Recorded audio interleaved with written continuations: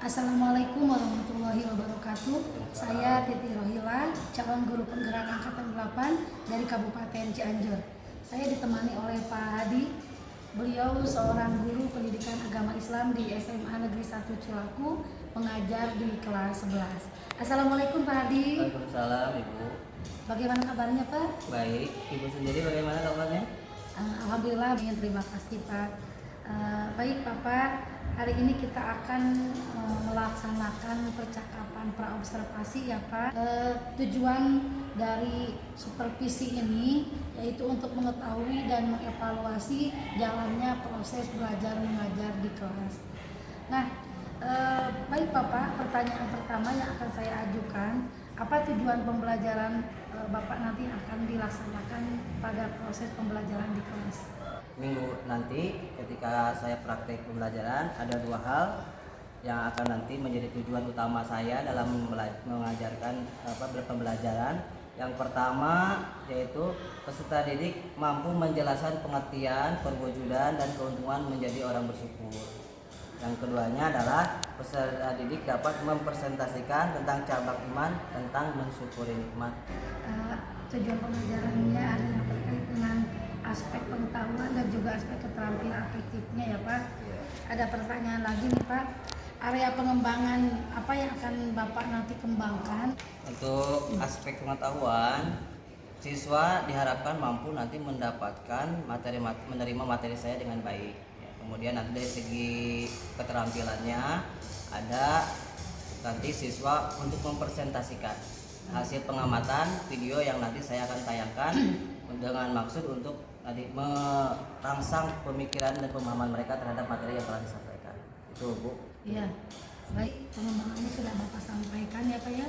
Nah, untuk mencapai itu semua, bagaimana rancangan proses pembelajaran yang akan Bapak lakukan terkait dengan strategi yang akan digunakan, kemudian model apa yang akan digunakan, dan juga metode apa yang akan digunakan? Ya, strategi yang akan saya gunakan yaitu pembelajaran berdiferensiasi Bu. Baik, rencananya nanti Bapak akan melaksanakan pembelajaran yang berdiferensiasi ya Pak, ya, untuk mengakomodir segala kebutuhan belajar siswa. Nah, media yang akan digunakannya apa Pak? Ya, nanti proyektor, infokus, kemudian nanti saya juga membawa laptop ya, yang lainnya seperti itu. Ya baik Pak. Nah, pelaksanaannya kapan itu Pak? Insya Allah tanggal 6 Oktober hari Jumat saya akan masuk ke kelas untuk melakukan proses pembelajaran ya. Baik Pak, nanti tanggal 6 saya akan masuk ke kelas Bapak, kemudian akan mencatat kegiatan pembelajaran yang dilaksanakan ya. Nah, apa yang Bapak dapatkan dari percakapan praobservasi ini? Yang pertama yang saya dapatkan, alhamdulillah ya, ini menjadi pemicu saya nanti untuk mempersiapkan diri ketika pembelajaran nanti supaya kegiatan yang saya rencanakan sesuai dengan harapan. Jadi persiapan itu menjadi hal yang paling utama yang bisa saya dapatkan dari percakapan seperti ini. Yang siap dulu ya Bu ya. Ya baik Bapak, mungkin pertanyaannya itu saja yang akan saya sampaikan dalam praobservasi ini ya Pak. Baik, untuk percakapan praobservasi sudah dilaksanakan. Saya Titi Rohila, calon guru penggerak angkatan 8 dari Kabupaten Cianjur. Assalamualaikum warahmatullahi wabarakatuh. Waalaikumsalam.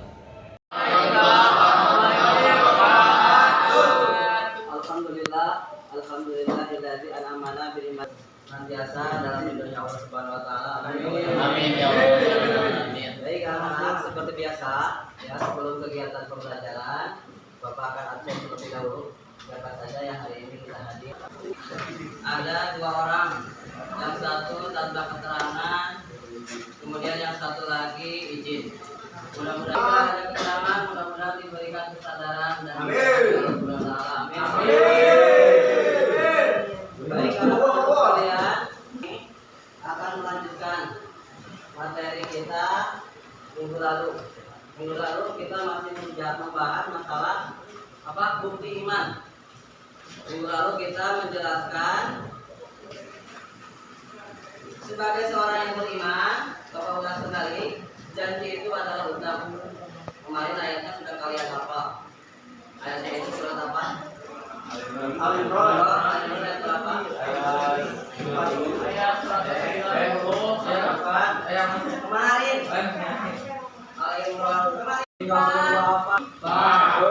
kasih pada Bapak telah Allah berikan.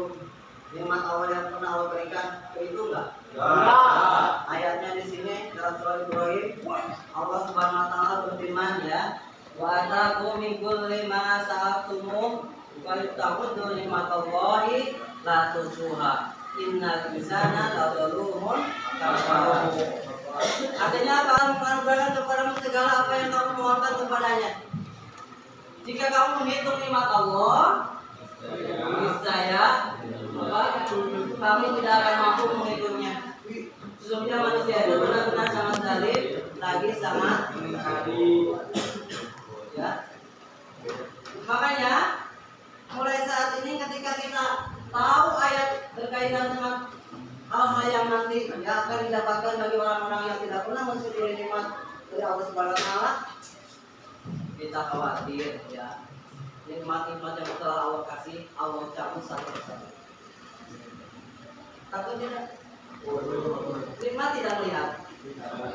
Nikmat tidak mendengar. Nikmat tidak sehat. Apa semua itu terasa nikmat?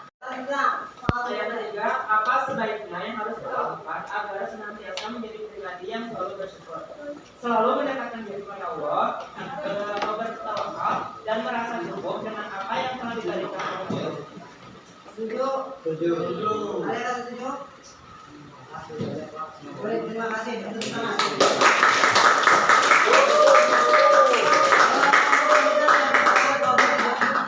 Tiga silakan presentasikan. Jadi ataupun orang kita silakan baca-baca di rumah materinya. Nanti supaya kita ketemu ada hal-hal baru yang kalian dapatkan. Mulai dari saya. Assalamualaikum warahmatullahi wabarakatuh.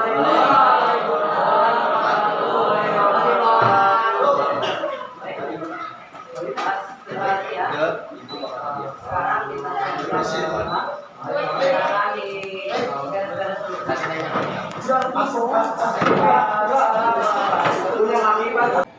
Assalamualaikum warahmatullahi wabarakatuh. Bertemu lagi dengan saya Titi Rohila, calon guru penggerak angkatan 8 dari Kabupaten Cianjur. Hari ini saya ditemani oleh Pak Hadi selaku guru PAI kelas 11 yang kemarin saya observasi pada tanggal 6 Oktober 2023. Pasca observasi ini saya ditemani oleh pengajar praktik saya yaitu Ibu Tuti Sumiati. Ibu sehat? Alhamdulillah. Pak Hadi? Oh, sedikit flu ya, memang lagi musim. Baik Pak Hadi, percakapan pasca observasi ini tujuannya yaitu untuk mengevaluasi jalannya proses belajar mengajar yang pada waktu itu saya observasi.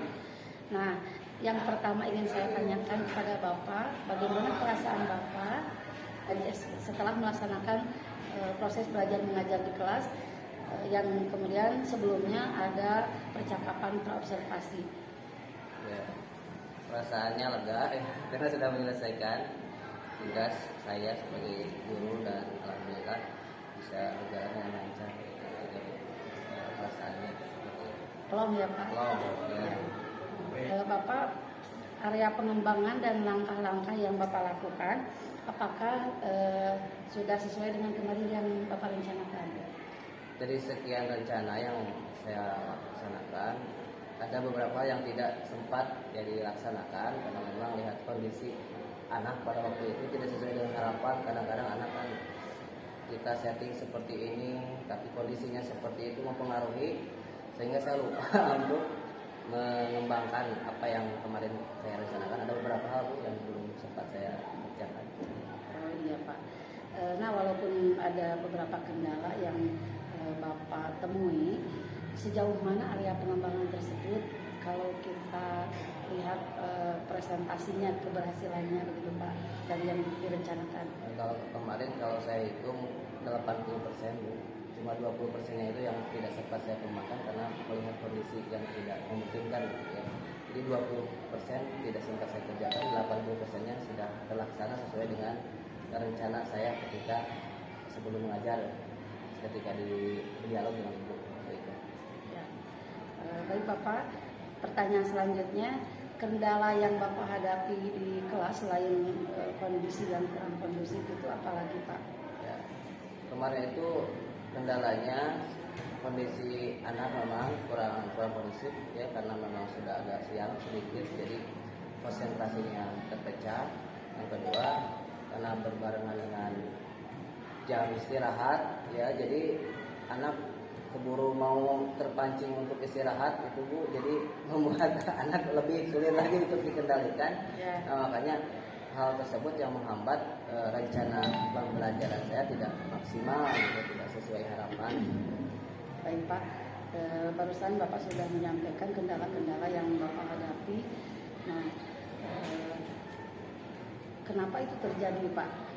Ya, kalau itu kan psikologis anak itu kan dipengaruhi oleh di luar hal seperti itu ya Bu. Kalau melihat yang lain sudah pada keluar, termotivasi ingin sama-sama keluar, nah itu mungkin nanti ya harus betul-betul dipersiapkan kembali ya, kesiapan anaknya supaya nanti di pembelajaran yang akan datang lebih baik lagi.